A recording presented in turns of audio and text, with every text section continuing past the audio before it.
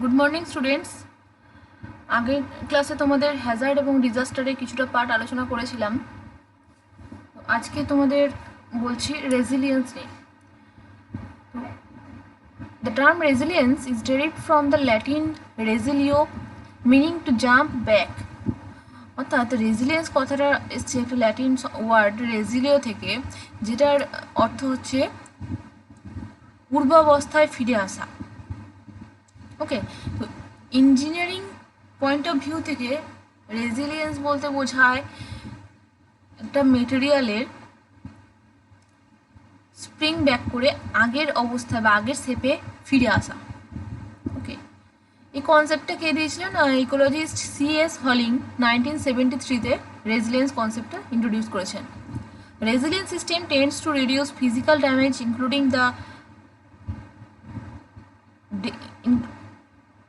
including the probabilities of death and injuries, negative economic and social effects, and the time for recovery following an extreme event.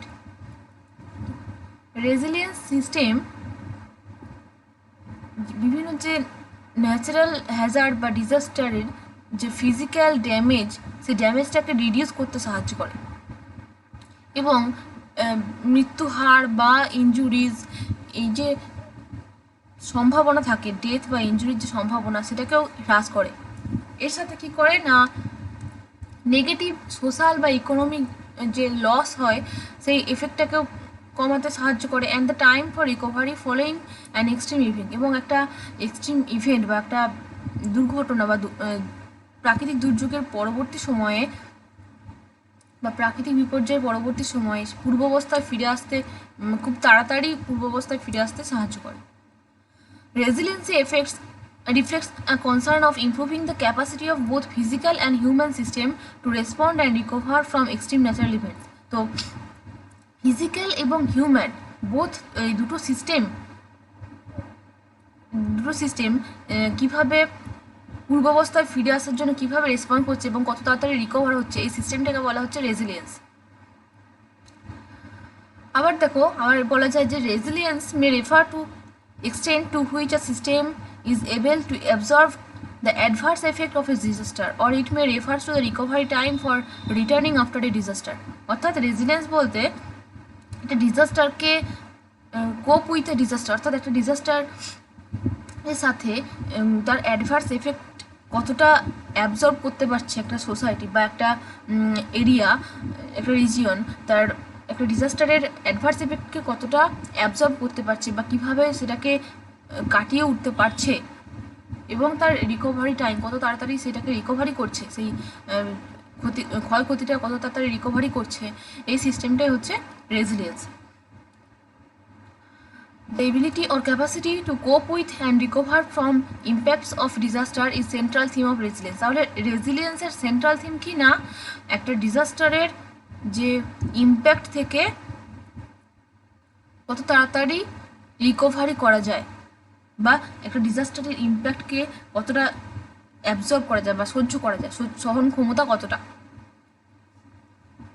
তো ডায়াগ্রামটা দেখো, রেজিলিয়েন্টের central main concept হচ্ছে coping capacity, অর্থাৎ তার সহ্য ক্ষমতা।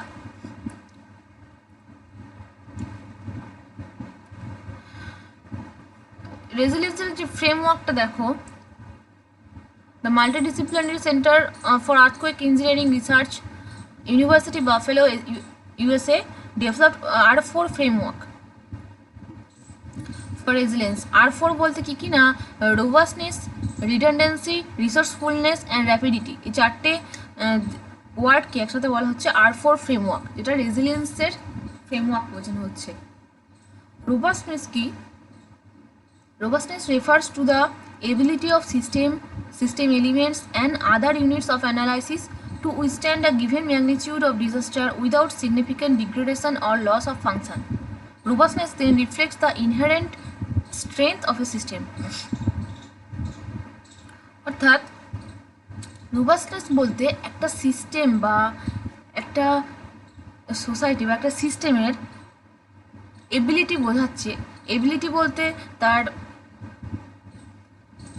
ডিজাস্টারের magnitude বা একটা ডিজাস্টারের যে ক্ষয়ক্ষতি সেটার কে অ্যাবজর্ব করার কতটা ক্ষমতা, এবং উইদাউট সিগনিফিক্যান্ট ডিগ্রেডেশন ও লস, মানে ডিজাস্টার হওয়া সত্ত্বেও যে কতটা ভালোভাবে একটা ফিজিক্যাল এনভায়রনমেন্ট বা একটা সোশ্যাল এনভায়রনমেন্ট ডিজাস্টার সত্ত্বেও কতটা ভালোভাবে সহ্য করে তার ক্ষয়ক্ষতির পরিমাণ কতটা হ্রাস করে সেই ডিজাস্টারটাকে ওভারকাম করছে, সেই প্রসেসটাকে বলা হচ্ছে রোবাস্টনেস। তাহলে রোবাস্টনেস বলতে মেনলি বোঝাচ্ছে যে স্ট্রেংথ অফ এ সিস্টেম, একটা সিস্টেমের কতটা স্ট্রেংথ। নেক্সট দেখো redundancy. Redundancy refers to the extent to which elements in systems are sustainable. একটা সিস্টেমের মধ্যে যে সমস্ত এলিমেন্টস আছে, ফিজিক্যাল এলিমেন্টস বা কালচারাল এলিমেন্টস, ইকোনমিক যে সমস্ত এলিমেন্টস সেগুলো কতটা সাস্টেনেবল, এবং redundancy allows for alternative option choice and substitute. Redundancy বলতে যদি একটা ডিজাস্টারের আপকামিং একটা ডিজাস্টার যেটা ধরো প্রেডিক্ট করা হয়েছে, তো তার জন্য সেটা সহ্য করার জন্য বা সেটার ক্ষয়ক্ষতিতে আটকানোর জন্য কী ধরনের অল্টারনেটিভ অপশান আমাদের চুজ করতে হবে, তো সেই অল্টারনেটিভ অপশান বা সাবস্টিটিউট পছন্দের পরিবর্তন সামগ্রী যেটা আমাদের এনভায়রনমেন্টকে সাস্টেনেবল রাখতে সাহায্য করবে, সেই প্রসেসটা বলা হচ্ছে redundancy. Next resourcefulness. Resourcefulness is concerned with the capacity to diagnose problem, establish priorities and mobilize adequate resource for quick recovery from the impact of an extreme event. একটা এক্সট্রিম ইভেন্ট যেমন cyclone বা flood বা ভূমিকম্প, যে কোনো extreme ইভেন্টের পরবর্তী সময়ে কত তাড়াতাড়ি একটা স্টেট বা একটা গভর্নমেন্ট কত তাড়াতাড়ি তার রিসোর্সের মাধ্যমে সেটাকে রিকভারি করছে, সেই প্রসেসটা বলা হচ্ছে রিসোর্সফুলনেস। তো lack of resource delay the recovery process, যত এই যে প্রসেসটাতে যত ডিলে হবে তত একটা ডিজাস্টারের ইম্প্যাক্ট তত বৃদ্ধি পেতে থাকবে। ওকে, নেক্সট দেখো rapidity. Rapidity refers to the capacity to meet priorities and achieve goals in timely manner. That is, the speed with which disruption can be overcome and service and livelihood restored. কত তাড়াতাড়ি একটা disaster বা একটা extreme ইভেন্টের পরে কত তাড়াতাড়ি সেই একটা সোসাইটি বা একটা স্টেট কত তাড়াতাড়ি ওভারকাম করছে, সেই টাইমটাকে বোঝাচ্ছে, বা র্যাপিডিটি মানে কত দ্রুত তারা পূর্বের অবস্থায় ফিরে আসতে পারছে, এবং তার লিভলিহুড বা ইকোনমিক যে লস হলো সেটা কত দ্রুত আগের অবস্থায় বা রিকভারি করছে, দ্রুত সেই লসটাকে রিকভারি করতে পারছে, সেই প্রসেসটাকে বলা হচ্ছে rapidity. Understanding of R4 framework of resilience provide helpful guidance to define and achieve acceptable level of loss, damage and system performance. এই R4 ফ্রেমওয়ার্কটাই একটা ডিজাস্টারের যে লস, ড্যামেজ এবং যে বিভিন্ন সিস্টেম পারফরমেন্স যেগুলো ড্যামেজ হচ্ছে সেগুলো রিকভারি করতে সাহায্য করছে। নেক্সট দেখো response. Response refers to all actions taken immediately before, during, and after a disaster to save lives, minimize damage to property, and enhance the effectiveness of recovery at shortest possible time. তাহলে response হচ্ছে একটা ডিজাস্টারের পূর্ববর্তী সময় বা immediately before disaster আসছে, সেই আসার ঠিক ইমিডিয়েটলি বা পূর্ববর্তী সময়ে বা ডিজাস্টার চলার সমকালীন সময় বা তার পরবর্তী সময়ে কত কীভাবে প্রপার্টি ড্যামেজ বা ইকোনমিক যে সমস্ত লস হচ্ছে সেটাকে রিকভারি করা হচ্ছে, এবং সেই প্রসেসটাকে বলা হচ্ছে response. It is generally more narrowly defined to mean only the immediate action, search and rescue. বিশেষ করে একটা ডিজাস্টারের পরবর্তী সময়ে যে প্রসেসটা থাকে সেই প্রসেসটাকে মেনলি রেসপন্স বলা হচ্ছে। যেমন এর মধ্যে কী কী থাকে না, search and rescue operation for survivor, যা ফ্লাড বা ধরো আর্থকোয়েকের ফলে যারা ক্ষতিগ্রস্ত হয়েছে তাদেরকে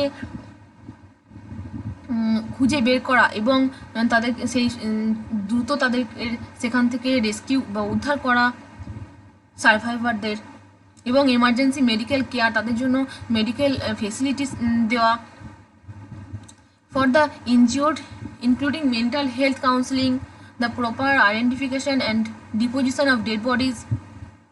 তাদের একটা ডিজাস্টারের পরে তাদের শুধুমাত্র হেলথ ইনজুরি নয়, তাদের মেন্টাল হেলথ কাউন্সিলিংও করতে হয়, এবং তার সাথে বিভিন্ন যে ডেড বডি পাওয়া যায় সেগুলোকে ঠিকঠাক জায়গায় প্লেস করতে হয়। Provision of temporary shelter, water, sanitation, food, repairing utilities and key infrastructure security for victims, protection of property, closure of roads and bridge, এবং টেম্পোরারি যে বিভিন্ন শেল্টার করতে হয় ফ্লাডের বা ক্ষতিগ্রস্তদের জন্য, তাদের ট্রিটমেন্টের জন্য টেম্পোরারি শেল্টার হয়, তাদের ওয়াটার বা স্যানিটেশন দেওয়া হয় এবং ফুড সাপ্লাই করা হয়। এই সমস্ত যে ডিজাস্টারের পরবর্তী পর্যায়ে এই সমস্ত যে কাজগুলো, এগুলোকে বোঝাচ্ছে response.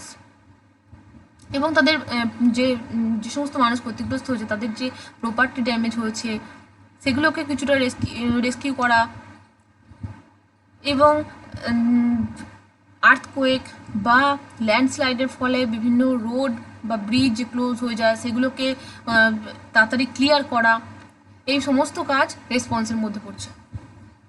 Inadequate and poor response, delayed response to extreme event is also undesirable. তো এই যে রেসপন্স প্রসেসটা যত দেরি হবে, যত ডিলে হবে, তত ইনজিওর্ড পিপল বা ডেড পার্সনের পরিমাণ অনেক বাড়তে থাকবে, এবং তার সাথে ইকোনমিক বা সোশ্যাল ইকোনমিক লসটাও অনেক বৃদ্ধি পেতে থাকবে। তো এই রেসপন্স প্রসেস যত তাড়াতাড়ি হবে ততই একটা দেশের জন্য ততই ভালো। Disaster experts maintain the first 72 hours after a natural disaster are the most important, during which prompt mobilization of emergency resource can save many lives. তো ডিজাস্টার এক্সপার্টরা বলছেন যে একটা ডিজাস্টারের পরবর্তী 72 hours বা পরবর্তী 3 দিন, এই সময়টা হচ্ছে সব থেকে ইম্পর্টেন্ট একটা ডিজাস্টার থেকে রিকভারি করার জন্য। তো এই সময়ের মধ্যে যদি আমরা বিভিন্ন ডেড বডি বা ইনজিওর্ড পার্সন বা সার্ভাইভারদের উদ্ধার করা যেতে পারে, তাহলে তাদের অনেকটাই ডেথ পার্সেন্ট অনেকটাই কমানো যেতে পারে।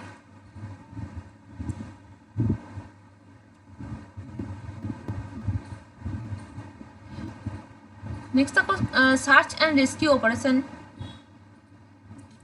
Search and rescue operation consist of a number of activities undertaken immediately after a disaster to find victims who are injured or trapped under the collapsed building debris, or by moving water and remove them from danger or confinement. Search আর rescue operation বলতে তাহলে কি হচ্ছে না, একটা ডিজাস্টারের ঠিক পরবর্তী সময়ে তাদের যে বিভিন্ন ডিজাস্টার সার্ভাইভারদের খুঁজে বের করা, বা ধরো বিল্ডিং ভেঙে পড়েছে সেখানে কারা চাপা পড়ে গেছে সেটা তাদের খুঁজে বের করা, এবং ফ্লাডের ফলে বন্যায় কারা ক্ষতিগ্রস্ত হয়েছে তাদের উদ্ধার করা, এই সমস্ত কাজ হচ্ছে সার্চ এবং রেস্কিউ অপারেশনের মধ্যে। SAR procedures consist of 3 actions. Locating victims, তাহলে এই যে সার্চ অ্যান্ড রেস্কিউ অপারেশনটা 3টে প্রসেসের মধ্যে হচ্ছে, মেন 3টে কাজ।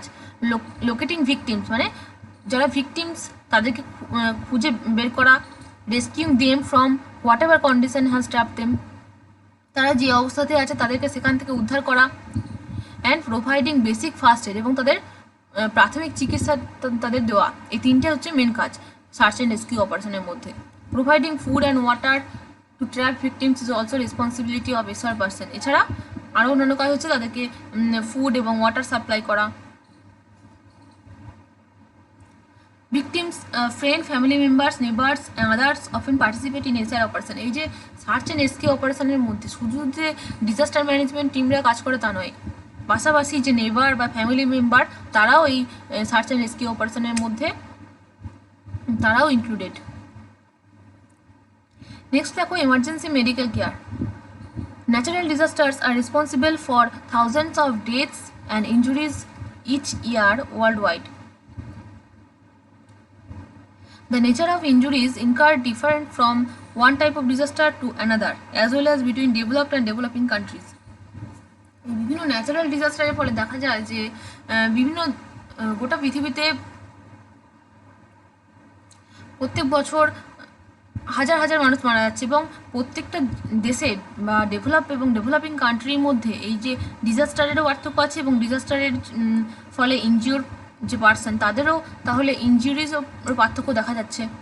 Flooding generally produce hypothermia in victims আর in water for an extended period of time. ফ্লাডের ফলে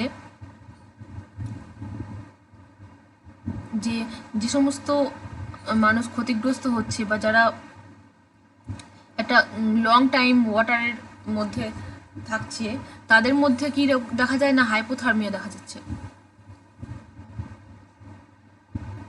এটা একটা ডিজাস্টার থেকে অন্য ডিজাস্টারে বিভিন্ন তাদের মেন্টাল হেলথের বা ইনজুরিজের বিভিন্ন ভ্যারিয়েশন দেখা যায়। নেক্সট দেখো triage. Triage is an initial assessment and separation of disaster victims into different groups for treatment based on severity of their injuries. ট্রিয়েজ বলতে ডিজাস্টারের ফলে ক্ষতিগ্রস্ত যে সমস্ত ভিকটিমস তাদেরকে পাওয়া গেল তাদেরকে আবার সেপারেট করা হয় ভিকটিমদের তাদের ট্রিটমেন্ট অনুযায়ী।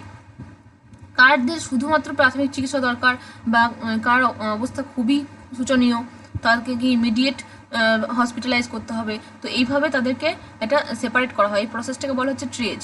Separation of victims into groups help paramedics and medical staff also know which patients are in most needed of treatment and which patient can wait be treated for additional help to revive। মানে কোন পেশেন্টের খুব দ্রুত ট্রিটমেন্টটা দরকার বা কোন পেশেন্টের ট্রিটমেন্ট একটু পরে হলেও অসুবিধা হবে না, এই জিনিসটা ঠিক করা হয়। এই প্রসেসটাকে বলা হচ্ছে ট্রিয়েজ। এরপর দেখো mental health counselling. Some disaster survivors often face post-traumatic stress and depression after experiencing death and injury among family members, friends, neighbors, and co-workers, loss of personal property, and witnessing damage and destructions. এই যে disaster সার্ভাইভাররা থাকে তাদের ডিজাস্টারের পরে একটা post traumatic তাদের মধ্যে stress বা depression লক্ষ্য করা যায়।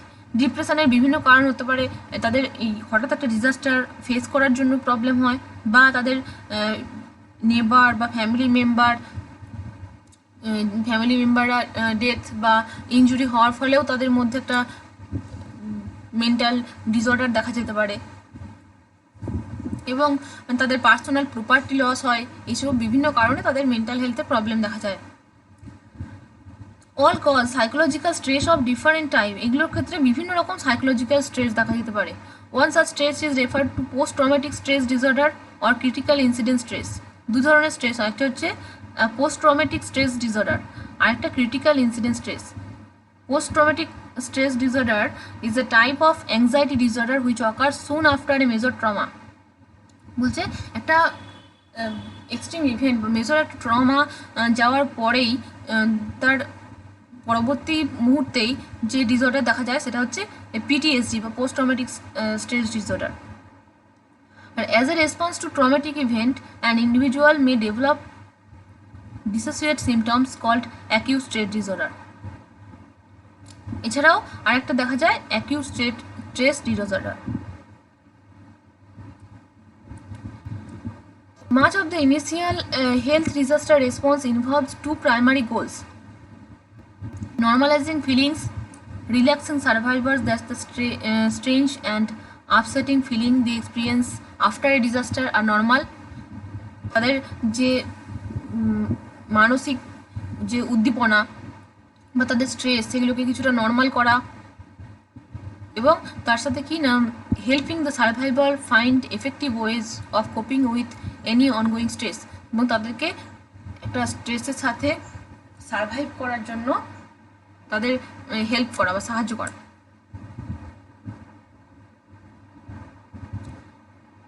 এরপর দেখো post disaster sheltering and housing.